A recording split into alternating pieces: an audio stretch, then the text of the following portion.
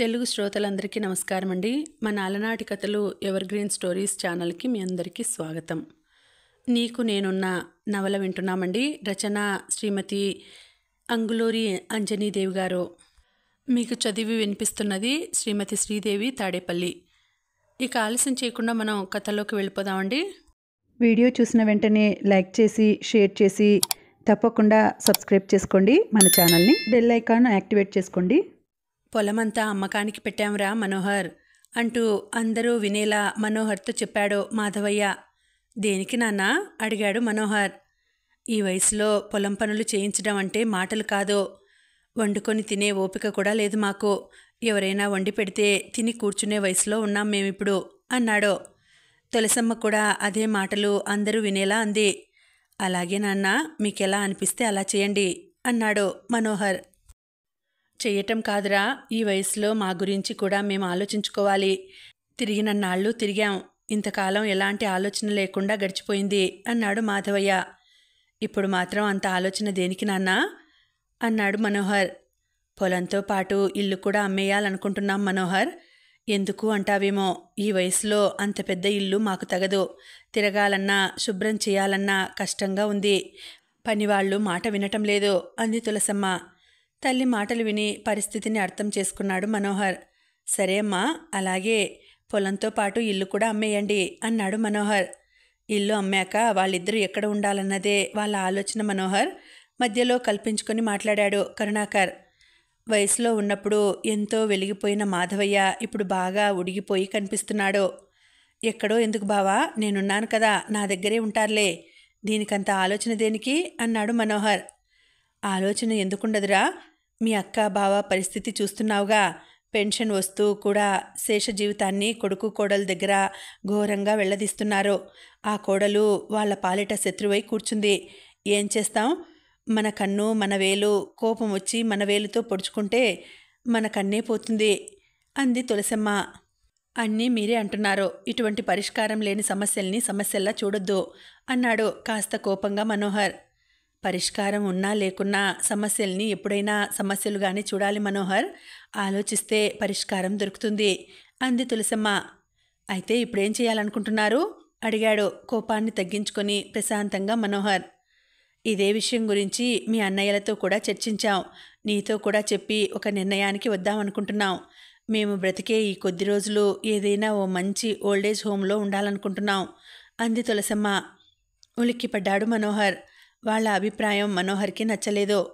మరి అన్నయ్యలేమన్నారు అంటూ మెల్లగా అడిగాడు మనోహర్. మాట్లాడలేదు తులసమ్మ మాధవయ్య.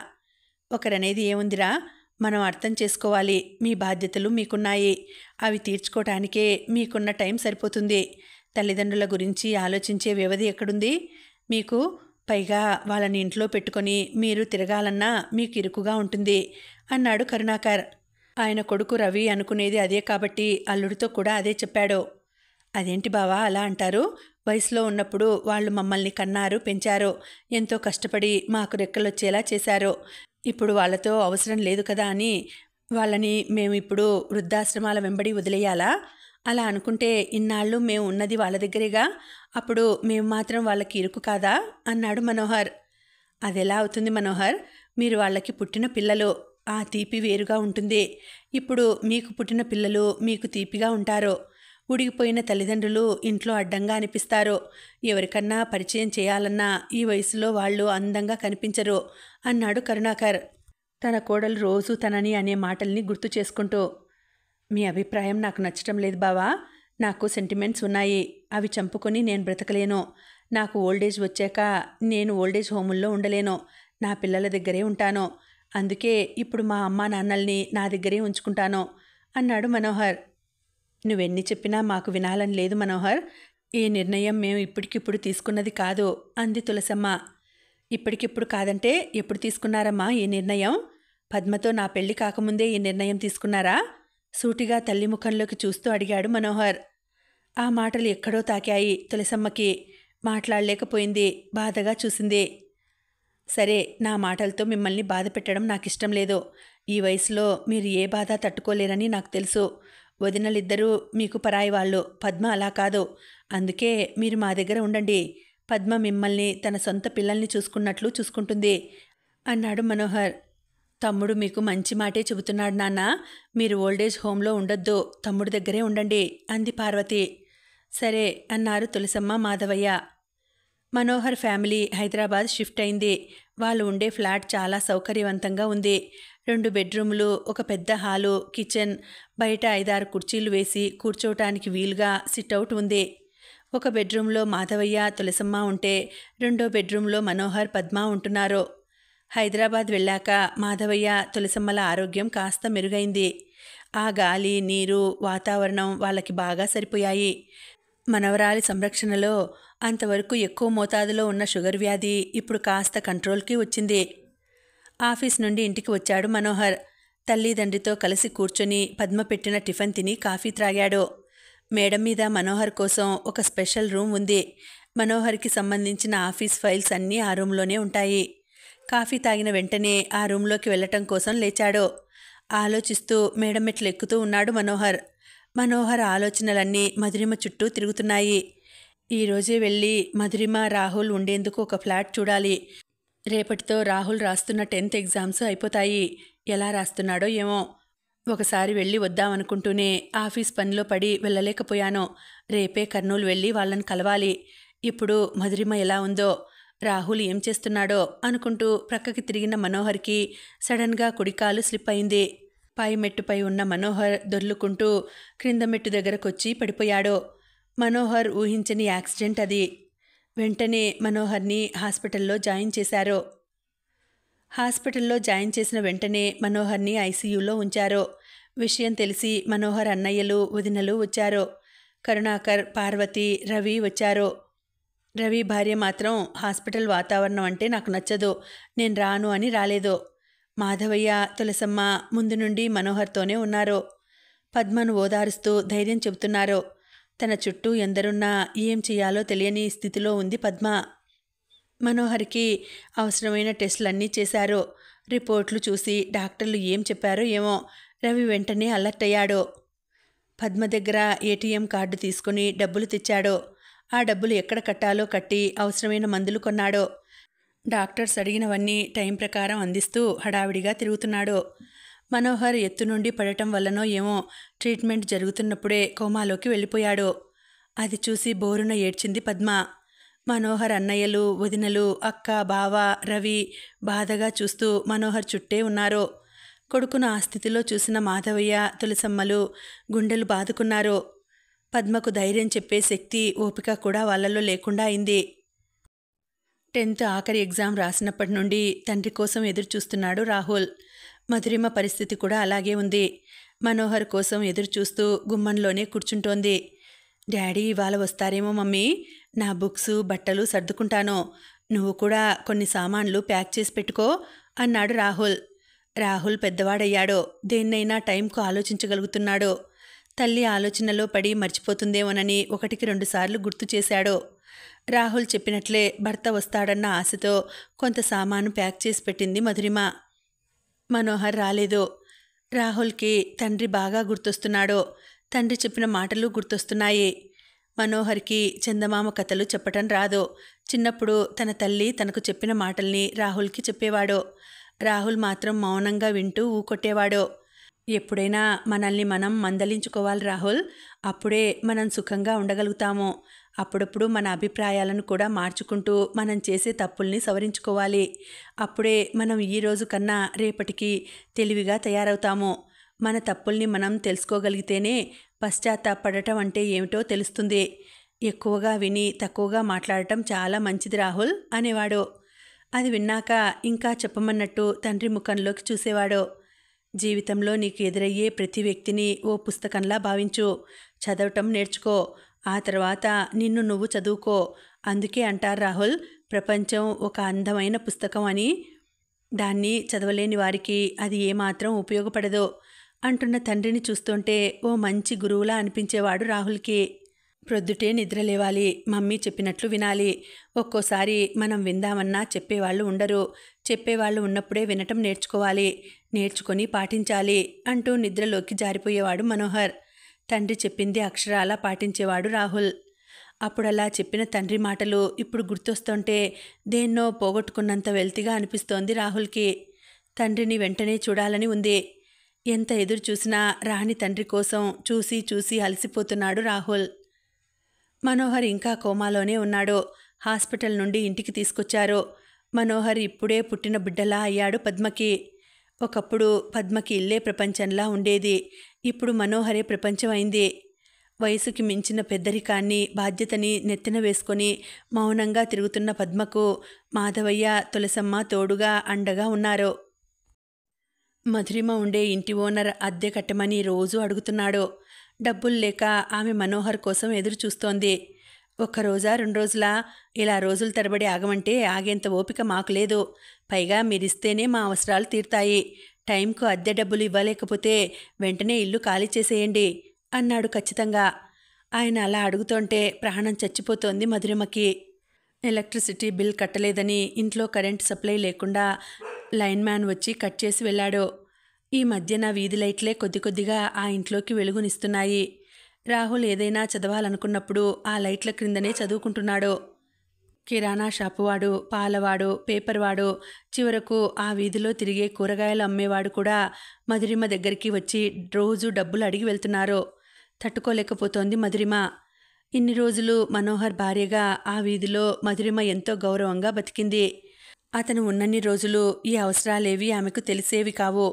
రాహుల్కి కూడా అడగకముందే అన్నీ తెచ్చేవాడు మనోహర్. ఇక చాలు డాడీ అనే వరకు దగ్గరుండి తినిపించేవాడు. ఇప్పుడు ఆకలై తిందామంటే ఆ ఇంట్లో ఏమీ లేదు. సందడిగా తిరిగే మనోహర్ లేడు.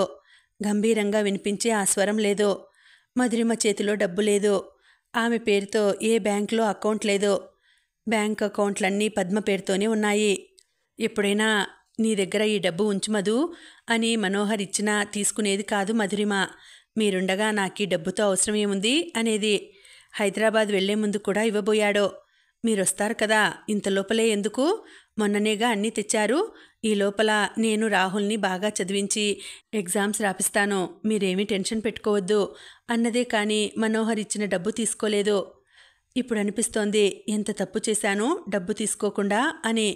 తల్లి పడుతున్న ఇబ్బంది చూసి డాడీ కోసం నేను హైదరాబాద్ వెళ్ళిరానా మమ్మీ అడిగాడు రాహుల్. వద్దు నాన్న, అంత పెద్ద సిటీలో డాడీ ఎక్కడున్నారని తిరుగుతావు? ఏ ఇల్లని వెతుకుతావు? డాడీ ఉండే ఇల్లు ఎక్కడో వాళ్ళ ఆఫీస్లో కూడా ఎవరికీ తెలియదట. ఫోన్ చేసి కనుక్కున్నాను అంది మధురిమ. మరిప్పుడెలా మమ్మీ అన్నాడు రాహుల్. రాహుల్ని చూస్తుంటే మనోహర్ని చూసినట్లే ఉంటుంది. 10th క్లాస్ ఎగ్జామ్స్ కోసం రాహుల్ తీయించుకున్న ఫోటోను చూసి ఈ ఫోటోను మా ఇంట్లో వాళ్ళు చూస్తే నా చిన్నప్పటి ఫోటో అనుకుంటారు అని మనోహర్ కూడా అన్నాడు. ఏమిటి మమ్మీ ఆలోచిస్తున్నావు? నీ గురించి నా గురించి ఆలోచిస్తున్నాను నాన్న. ఏ విధంగా ఆలోచించినా నా కళ్ళకి కష్టాలే కనిపిస్తున్నాయి. మనకి కష్టాలొచ్చాయి, మనవి తీరే కష్టాలు కావు. దేన్నైనా భరించవచ్చు కానీ పేదరికాన్ని భరించటం చాలా కష్టం. ఈ పేదరికం ఒక్క రోజులో పోయేది కాదు అంది మధురిమ. ఏం చెయ్యాలో తోచలేదు రాహుల్కి. మమ్మీ, నేను పుట్టకముందు నువ్వు చేస్తున్న ఉద్యోగం ఎందుకు మానేశావు? అది ఉంటే మనకి కష్టాలు ఉండేవి కావుగా అన్నాడు రాహుల్. అప్పుడు నేను చేసిన ఆ ఉద్యోగం ఎక్కడో కాదు రాహుల్, డాడీ వాళ్ళ ఆఫీస్లోనే. పెళ్ళయ్యాక డాడీ నన్ను ఉద్యోగం చేయొద్దన్నారు. అందుకే నేను చేస్తున్న జాబ్కి రిజైన్ చేసి నిన్ను డాడీని చూసుకుంటూ ఇంట్లోనే ఉన్నాను. డాడీకి నేనలా ఇంట్లో ఉండటమే ఇష్టం. డాడీ మాటను నేనెప్పుడూ కాదనేదాన్ని కాదు అంది మధురిమ. రాహుల్ ఒక్క క్షణం మౌనంగా ఉండి ఆ తర్వాత, మమ్మీ, డాడీ వస్తారన్న నమ్మకం నాకు లేదు. డాడీ ఎందుకు రావటం లేదో కూడా అర్థం కావటం లేదు. నీకేమైనా తెలుస్తోందా డాడీ ఎందుకు రాలేదో? లేదు రాహుల్, డాడీ ఎందుకు రావటం లేదో తెలియట్లేదు. డాడీ గురించి ఆలోచిస్తేనే భయంగా ఉంది అంది దిగులుగా. ఒకసారి దామోదర్ రెడ్డి తాతయ్యకు ఫోన్ చేసి చెప్పు మమ్మీ, వస్తారు అన్నాడు రాహుల్. ఫోన్ చేస్తే కలవట్లేదు రాహుల్, ఎందుకో తెలియదు. చాలాసార్లు చేశాను అంది. అయితే మనమే హైదరాబాద్ వెళ్ళి తాతయ్యను కలుద్దాం మమ్మీ. వద్దు రాహుల్. ఎందుకు మమ్మీ? అమ్మమ్మ చనిపోయినప్పుడు నన్ను ఆ తాతయ్యని ఆదుకున్నారు. అప్పుడు నా కోసం చాలా కష్టపడ్డారు, బాధపడ్డారు. ఇక నేనెవరినీ కష్టపెట్టదలుచుకోలేదు. నా వ్యక్తిత్వం, ఆత్మాభిమానం అందుకు ఒప్పుకోవటం లేదు అంది మధురిమ. మరి డాడీ వస్తారా మమ్మీ అడిగాడు రాహుల్. రారు రాహుల్, ఇక డాడీ గురించి ఆలోచించకు అంది మధురిమ. ఆలోచించకుండా ఎలా ఉంటాను మమ్మీ, నాకు డాడీని చూడాలని ఉంది అన్నాడు రాహుల్ మొండిగా. అది కాదు నాన్న, డాడీకి ఏదో జరిగి ఉంటుంది. ప్రాణాలతో ఉంటే రాకుండా ఉండరు.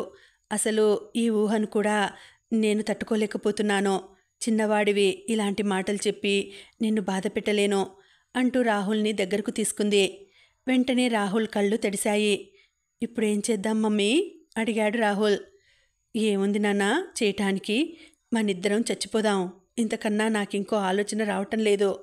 మన సమస్యకి ఇదే పరిష్కారం అంటూ కొడుకును వదిలి పక్కకి తిరిగి తల వంచుకుంది. తల్లిని అలా చూస్తుంటే భయం వేసింది రాహుల్కి. నానమ్మ తాతయ్యల దగ్గరకు వెళదాం మమ్మీ, డాడీ గురించి తెలుస్తుంది. అంతేకాని మనం చనిపోవద్దు అన్నాడు. డాడీయే లేనప్పుడు నానమ్మలు తాతయ్యలు ఎక్కడి నుండి వస్తారు మనకు? డాడీ ఉన్నప్పుడే మనకు వాళ్లతో ఎలాంటి సంబంధాలు లేవు. ఇప్పుడు వెళ్ళి అవమానపడదామా? అవసరం లేదు. పైగా మనకు వాళ్లకు ఏ సంబంధం ఉండకూడదని పెళ్లికి ముందే మనోహర్ వాళ్ళ అమ్మగారు నా దగ్గర మాట తీసుకున్నారు. ఇప్పుడు ఆ మాట తప్పమంటావా అంది. వద్దు మమ్మీ, నువ్వు ఈ నిర్ణయం ఎందుకు తీసుకున్నావో నాకిప్పుడు అర్థమైంది. నువ్వు చనిపోదామనేది బ్రతకాలని లేక కాదు, కేవలం బ్రతకలేక. కానీ బ్రతికే మార్గం కనిపిస్తుందేమో చూద్దాం మమ్మీ. తొందరపడి చనిపోతే మళ్ళీ ఆలోచించటానికి మనం ఉండం అన్నాడు ఎంతో పెద్దవాడిలా రాహుల్. ఆ క్షణంలో తండ్రి చేయించిన నగలు గుర్తొచ్చి ధైర్యం వచ్చింది రాహుల్కి. కొడుకు మాటలు వింటున్నదే కానీ మధురిమ చూపులు ఎక్కడో ఉన్నాయి. మనోహర్ ఇక లేడేమోనన్న నిజాన్ని ఆమె జీర్ణించుకోలేకపోతోంది.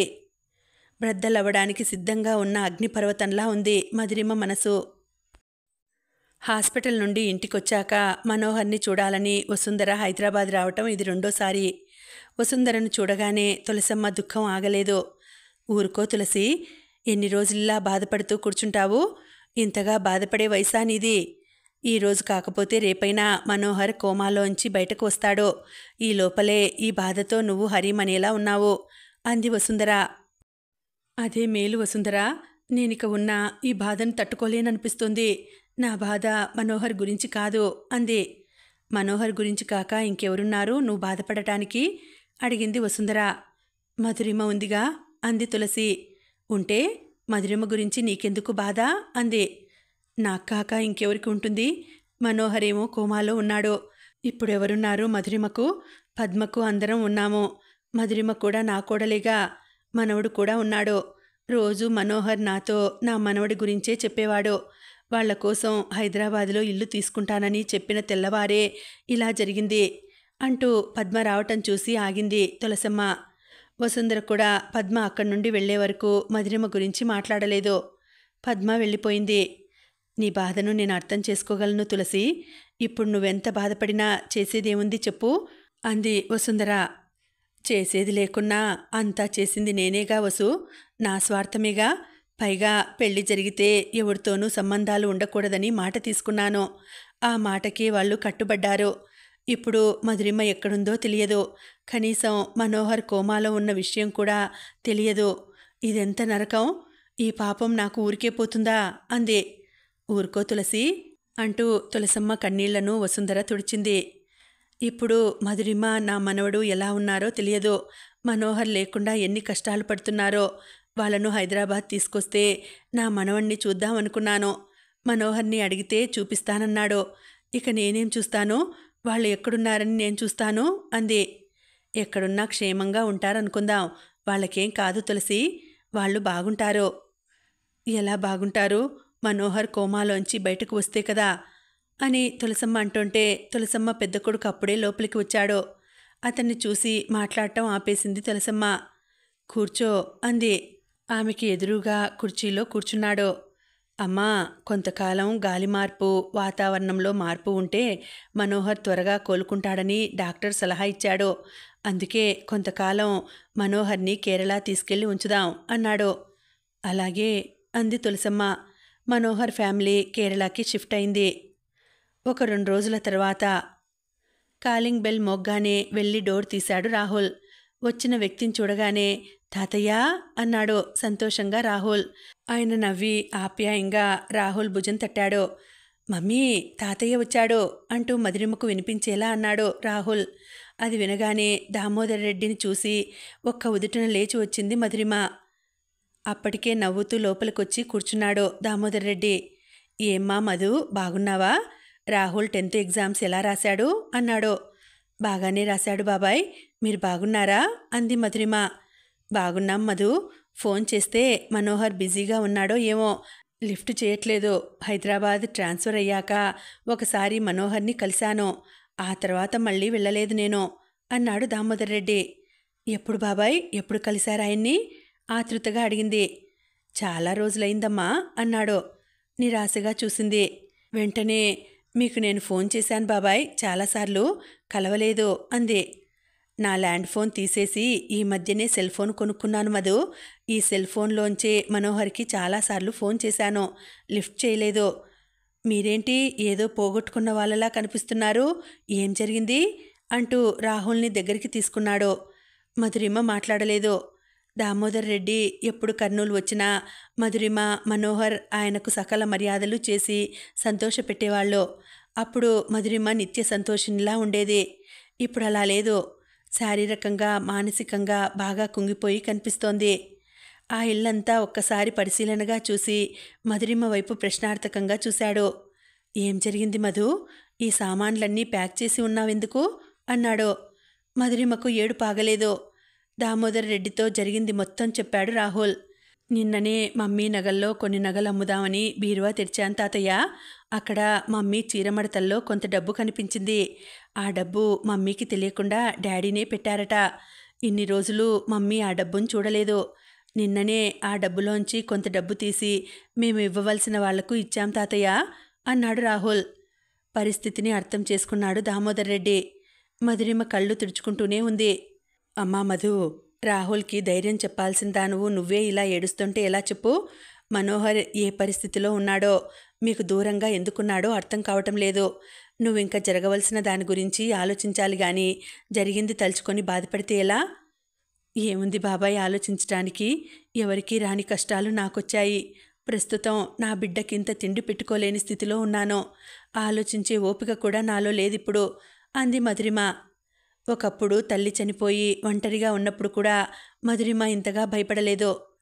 నేను వెళ్ళి మనోహర్ పేరెంట్స్తో మాట్లాడి వస్తాను. అక్కడికి వెళితే విషయం తెలుస్తుంది. ఇప్పుడే వెళతాను అన్నాడు ఆమె బాధ చూడలేక. వద్దు బాబాయ్, మనోహర్ గురించి ఏం తెలిసినా నేను తట్టుకోలేను. నా గురించి వాళ్లతో మాట్లాడవలసిన మాటలు కూడా ఏం లేవు అంటున్న ఆమె గొంతు దుఃఖంతో పూడుకుపోయింది. ఆమెలో గూడు కట్టుకొని ఉన్న బాధంతా ఒక్కసారిగా ఏడుపు రూపంలో బయటకొచ్చింది. అదంత తొందరగా తగ్గే ఉప్పెన కాదు. ఆమెనలా చూస్తుంటే దామోదర్ రెడ్డి గుండెనెవరో పిండినట్లయింది. ఎలాగైనా మధురిమను ఆదుకోవాలనుకున్నాడు దామోదర్ రెడ్డి. ఎలా ఆదుకోవాలో అర్థం కాక ఆలోచిస్తూ కొద్దిసేపు అలాగే కూర్చున్నాడు. అంతలోనే ఏదో గుర్తుకు వచ్చిన వాడిలా ప్రక్కకెళ్ళి తన సెల్ ఫోన్లోంచి ఎవరితోనో మాట్లాడి వచ్చాడు. దివ్య భర్తకి దివ్యకి గొడవలు ఎక్కువయ్యాయి మధు. అది కోర్టు దాకా వెళ్ళేట్లుంది. ఆ అబ్బాయిది వరంగల్. ఇప్పుడు ఆ పని మీదనే తిరుగుతున్నాను. ఈరోజే దివ్య దగ్గరికి వచ్చి నిన్ను చూడాలనిపించి ఇలా వచ్చాను అంటూ తను కర్నూలు వచ్చిన కారణం చెప్పాడు దామోదర్ రెడ్డి. దివ్యను చూసి చాలా రోజులైంది బాబాయ్. దివ్య ఎలా ఉందిప్పుడు, బాగుందా అంది మధురిమ. అదే బాగు మధు. పెళ్ళయ్యాక దివ్య లైఫ్ స్ట్రగుల్లో పడింది. ఎప్పుడు చూసినా ఆ భర్తతో గొడవ తప్ప సఖ్యత లేదు అన్నాడు దామోదర్ రెడ్డి. మధురిమ మాట్లాడలేదు, మౌనంగా కూర్చుంది. మీ రంగారావు బావను ఈ మధ్యనే కలిశాను మధు. వాళ్ళిప్పుడు వరంగల్ దగ్గర మడికొండలో ఉంటున్నారు అన్నాడు దామోదర్ రెడ్డి. ఆయన గురించి వినటం ఇష్టం లేనట్లు ముఖం తిప్పుకుంది.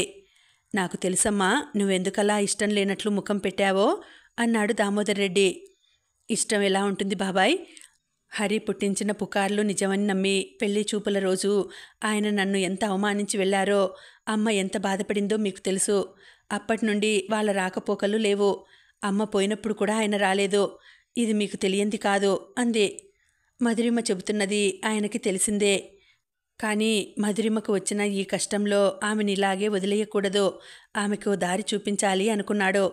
ఏంటి బాబాయ్ ఆలోచిస్తున్నారు? నీ గురించేనమ్మా. పాపం ఇప్పుడు మీ బావ రంగారావుకి ఓ కాలు చెయ్యి పనిచేయటం లేదు. వైద్యం బాగానే చేయించారు, ఫలితం లేదు. శ్యామలకి రోజంతా ఆయనకి సేవలు చేయటంతోనే సరిపోతోంది అన్నాడు. అయ్యో అవునా బాబాయ్, శ్యామలక్క అంత కష్టపడుతోందా? అవునమ్మా, నాకు కూడా ఆయన్ని అలా చూడగానే బాధ అనిపించింది. బాబాయ్, ఆ రోజు పెళ్లి చూపులయ్యాక నా దగ్గర ఆడుకుంటున్న చరణ్ని నా మీద కోపంతో బలవంతంగా తీసుకెళ్లాడు. అమ్మ అప్పుడే అంది, ఈ పాపం రంగారావుకి ఊరికే పోదు అని. చరణ్ అంటే నాకు ప్రాణం. నెలల బాబుగా ఉన్నప్పటి నుండి చరణ్ని నేనేగా నా చేతులతో పెంచాను. కాలేజీకి వెళ్ళినా నా ధ్యాసంతా బాబు మీదనే ఉండేది. ఏడిస్తే అలసిపోతాడని ఏడవనిచ్చేదాన్ని కాదు. క్రింద పెడితే కందిపోతాడని ఎప్పుడు చూసినా ఎత్తుకునే తిరిగేదాన్ని. ఆకలి కాకముందే చందమామను చూపించి గోరుముద్దలు తినిపించేదాన్ని.